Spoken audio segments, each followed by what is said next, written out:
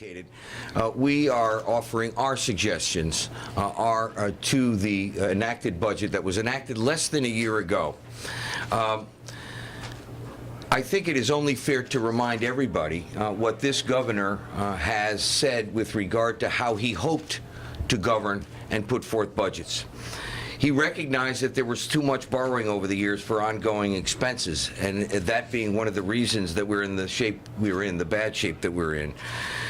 He said that we would require the state to follow what 169 towns and cities do, to be honest and transparent. He wanted to bring honesty and transparency and make the budget honest. And as you know, we have been very critical because we believe the governor has not been able to keep that promise and in fact has gone in a different direction. So our budget, when balanced, will have a surplus of approximately $200 million.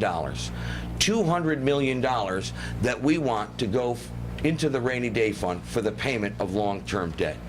We also want to provide some modest tax relief for our taxpayers.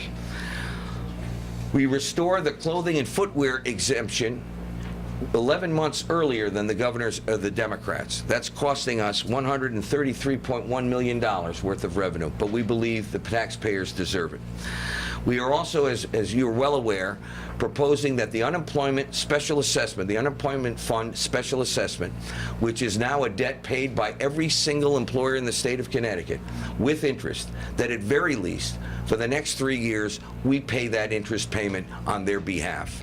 They didn't create the problem, the economy did, and we have to take some responsibility for that. We want to help them pay that debt. We devote $60 million of the excess revenue towards that payment. We also believe that non-prescription drugs, to tax them hurts the poorest of our citizenry.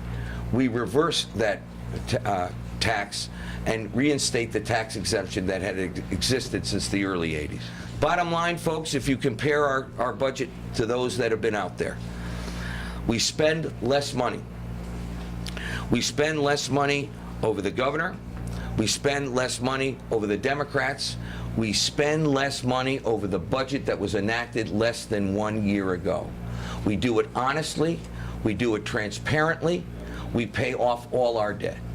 And in a few moments, after having an oral conversation with OFA, I believe they will confirm that of all the 3 budget alternatives out there, there is only one that reduces the out-year deficits, and that is the Republican budget that we present to you today. The governor's budget and the Democrats' budget exacerbate and make worse the out-year deficits that will cripple this state and cause more tax increases in the future.